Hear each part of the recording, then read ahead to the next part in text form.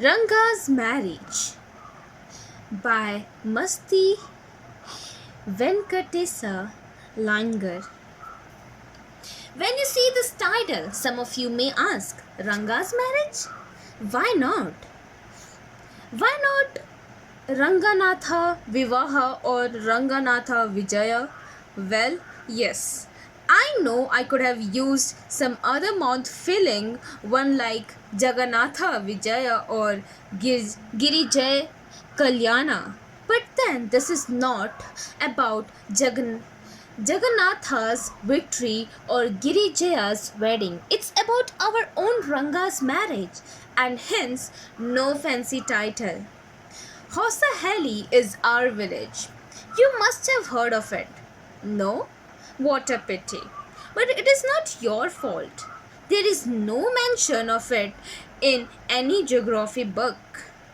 Those sahibs in England writing in English probably do not know that such a place exists and so make no mention of it. Our own people too forget about it. You know how it is? They are like a flock of sheep. One sheep walks into a pit, the rest blindly follow it. When both the sahibs in England and our own geographers have not referred to it, you cannot expect the poor cartographer to remember to put it on the map, can you? And so there is not even the shadow of our village on any map. Sorry, I started somewhere and then went off in another direction.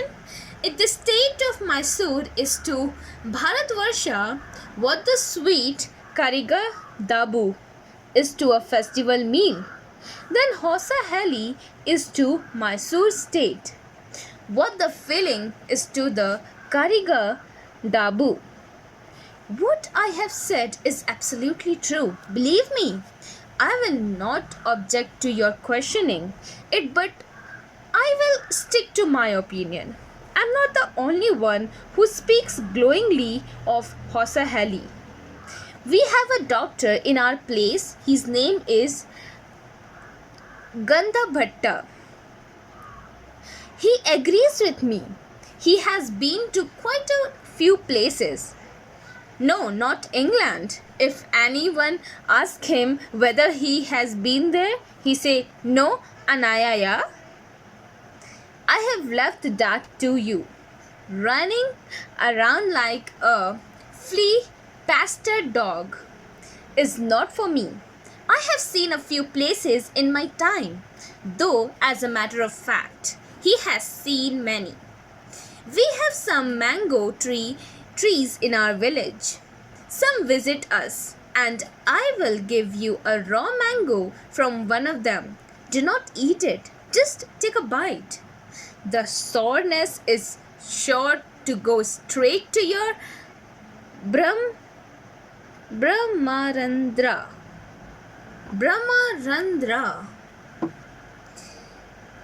It means the soft part in a child's head where skull bones join later. Here, used as a idiomatic expression to convey the extreme potential of soreness. I once took one such fruit home and a chutney was made out of it. All of us ate it. The cough we suffered from after that, it was when I went from the cough medicine that the doctor told me about the special quality of the fruit. Just as the mango is special, so is everything else around our village. We have a creeper growing in the ever so fine water of the village pond. Its flowers are a feast to behold. Get 2 leaves from the creeper when you go to the pond for your bath, and you will not have to worry about not having leaves on which to serve the afternoon meal. You will say, I am rambling. It is always like that when the subject of our village comes up. But enough. If anyone of you would like to visit us, drop me a line. I will let you know where Hossahalli is and what things are like here. The best way of getting to know a place is to visit it. Don't you agree? What I am looking to tell you is something that happened 10 years ago. We did not have any people who knew English then. Our village accountant was the first one who had enough courage to send his son to Bangalore to study. It is different now. There are many who know English.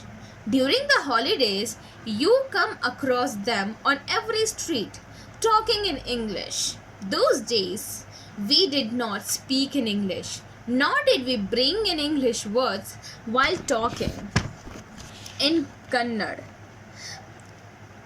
That what has happened in disgraceful, believe me. The other day I was in Rama Rao's house when they brought a bundle of firewood.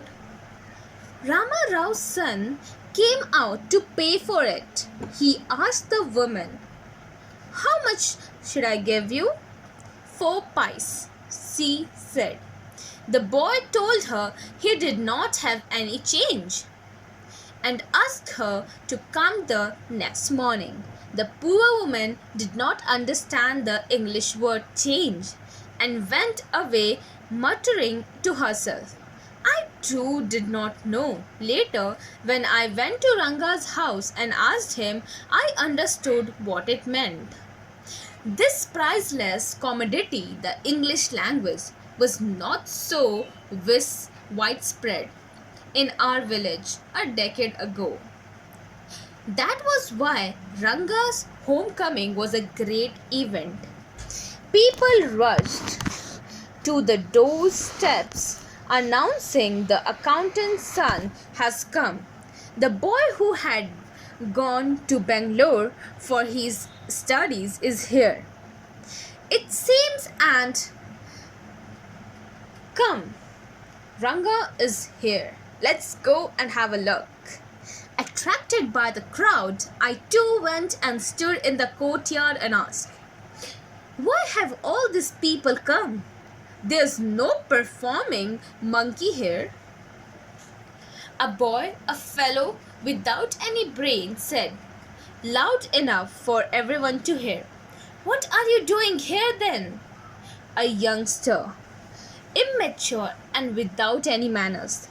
Thinking that all these things were now of the past, I kept quiet. Seeing so many people there, Ranga came out with a smile on his face. Had we all gone inside, the place would have turned into what people call the black hole of Calcutta. Thank God it did not. Everyone was surprised to see that Ranga was the same as he had been 6 months ago, when he had first left our village. An old lady who was near him ran her hand over his chest, looked into his eyes and said, "The Janevara," it means in Kannada, it means the scared thread worn by Brahmins, is still there. He hasn't lost his caste. She went away soon after that. Ranga laughed.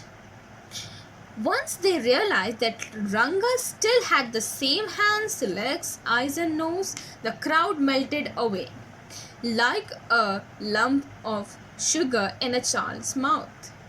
I continued to stand there. After everyone had gone, I asked, "How are you, Rangappa? Is everything well with you?" It was only then that Ranga noticed me. He came near me and did a namaskara respectfully, saying, "I am all right with your blessings." I must draw your attention to this aspect of Ranga's character. He knew when it would be to his advantage to talk to someone and rightly assessed people's worth. As for his namaskara to me, he did not do it like any present, present day boy.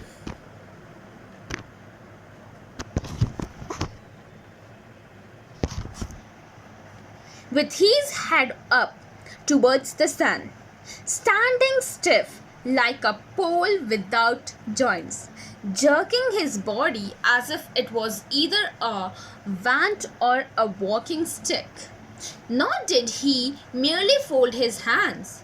He bent low to touch my feet. May you get married soon, I said, blessing him. After exchanging a few pleasantries, I left. That afternoon, when I was resting, Ranga came to my house with a couple of oranges in his hand. A generous, considerate fellow. It would be a fine thing to have him marry, settle down, and be of service to society, I thought. For a while, we talked about this and that. Then I came to the point. Rangappa, when do you plan to get married? I'm not going to get married now, he said. Why not? I need to find the right girl. I know an officer who got married only 6 months ago. He is about 30 and his wife is 25. I am told they will be able to talk lovingly to each other. Let's say I married a very young girl. She may take my words spoken in love as words spoken in anger. Recently, a trouble in Bangalore staged the play Sakuntala. There is no question of Dushyanta falling in love with Shakuntala. If she were young, like the present day brides, is there? What would have happened to Kalidasa's play?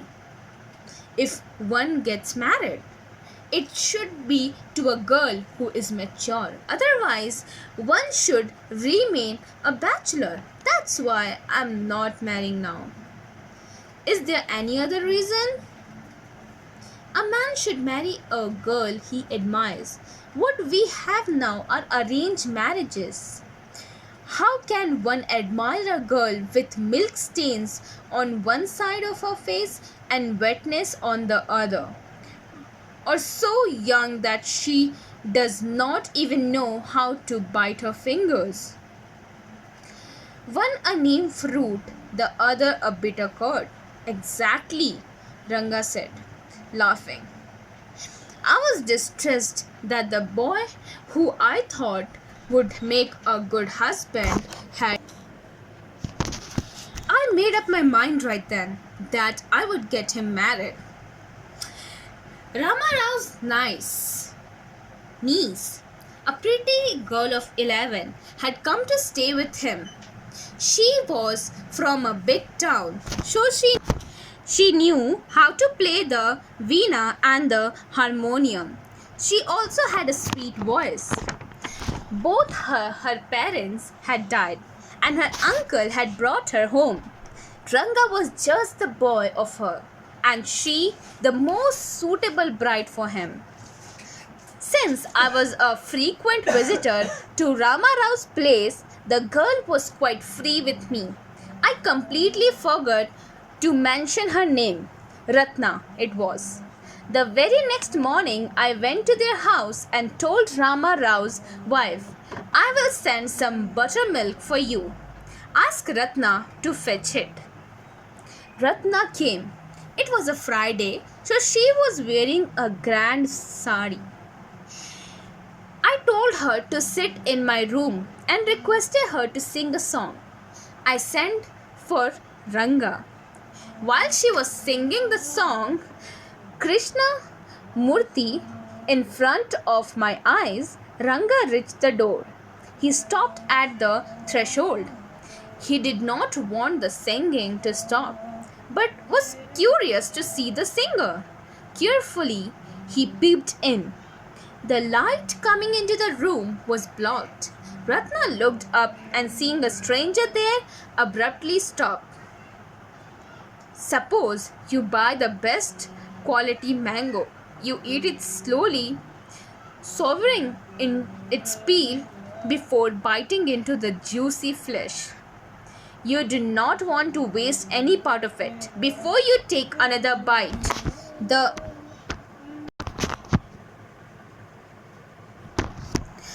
the fruit slips out of your hand and falls to the ground. How do you feel?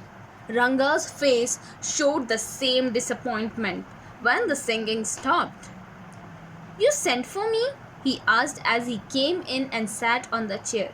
Ratna stood at a distance, her head lowered.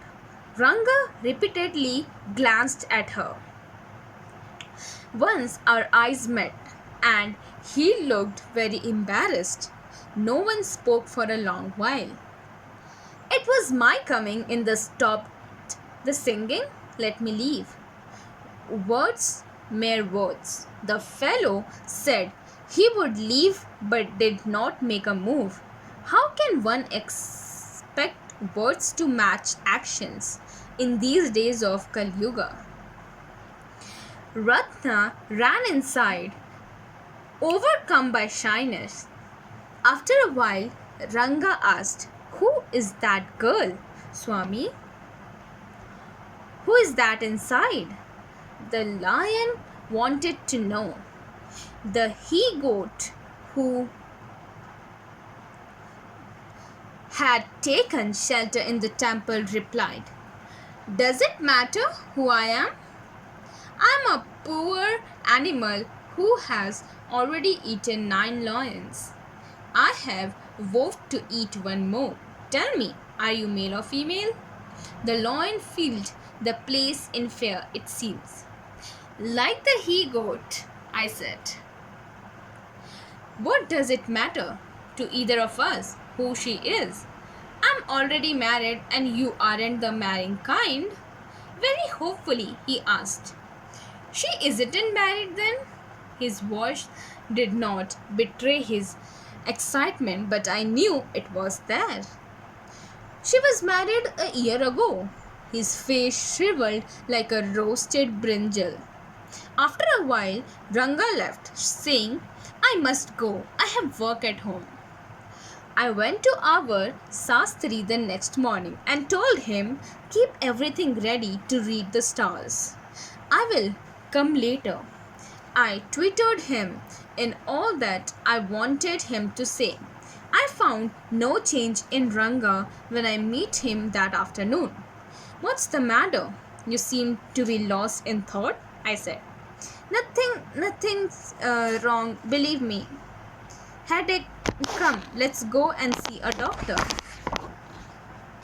"I have no headache. I am my usual self." I went through the same thing when the process of choosing a girl for me was going on, but I don't think that could be a reason for your present condition. Ranga stared at me. "Come, let's go and see Sastri," I suggested. "We will find out whether Guru and Sunny are favorable for you or not." Ranga accompanied me without my protest. As soon as Sastri saw me, he exclaimed, "What a surprise, Shyama! Haven't seen you for a long time." Shyama is none other than your servant, the narrator of this tale. I got angry and shouted, "What? Only this morning?" Shastri completed my sentence. "You finished all your work and are now free to visit me." Had he not done so, I would have ruined our plan by bursting like grains that are kept in the sun to dry. I was extremely careful of what I said afterwards. Sastri turned to Ranga. "When did the young son of our accountant clerk come home? What can I do for him? It's very rare that he visits us. Take out our paraphernalia. Our Rangappa seems to have something on his mind. Can you tell us what's worrying him?" Shall we put your science of astrology to the test?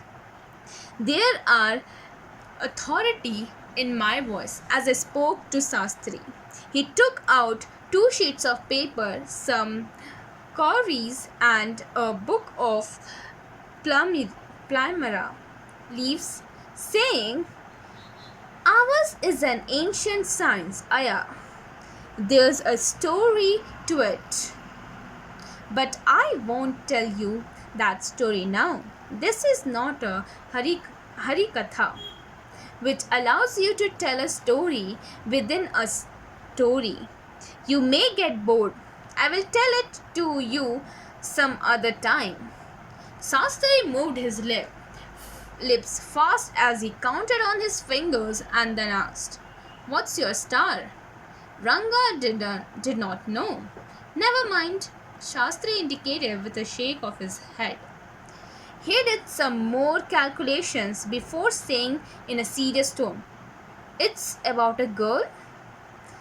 I had been controlling my laughter all this while, but now I burst out laughing. I turned to Ranga, exactly what I had said. "Who is the girl?" "It was your humble servant who asked the question." Sastri thought for a while before replying. "She probably has the name of something found in the ocean.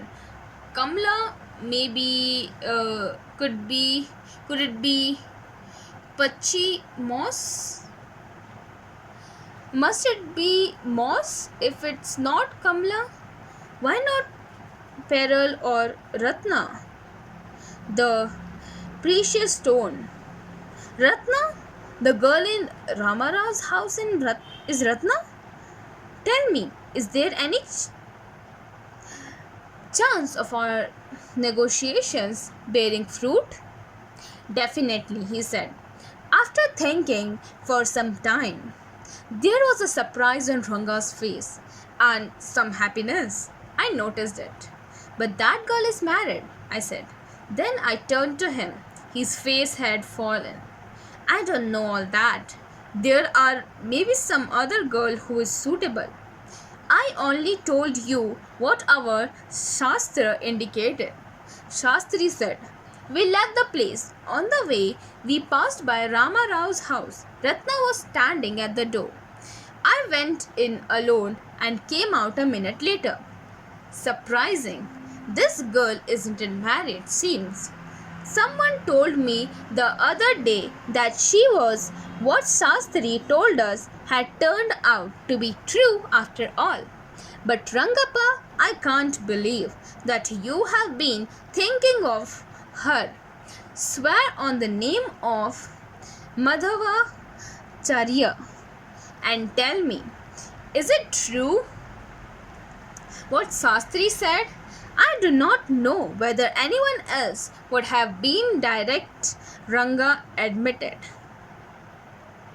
"This greater truth is that Shastra than we imagine what he said is absolutely true. Shastri was at the well. When I went there that evening, I said, 'So, Shastri Gill, who repeated everything I had taught you without giving rise to any suspicion. What a marvelous Shastra yours is.' He didn't like it at all. 'What are you saying?' 'What you said to me was what I could have found out myself from the Shastras. Don't forget, I developed on the hints you had given me. Tell me, is this what a decent man says?' Rangappa had come the other day to invite me for dinner. 'What's the occasion?' I said. 'It's Syama's birthday. He is 3. It's not a nice name, Shyama,' I said. 'I'm like a dark piece of all cake.' 'Why did you have to give that golden child of yours such a name? What a childish couple you are, Ratna and you.' 'I know. It is the English custom of naming the child after someone who like. Your wife is 8 months pregnant now. who is there to help your mother to cook. My sister has come with her. I went there for dinner. Shyama rushed to me when I walked in and put his arms around my legs. I kissed him on his cheek and placed a ring on his tiny little finger. Allow me to take leave of you, reader. I am always here ready to serve you. You were not bored, I hope.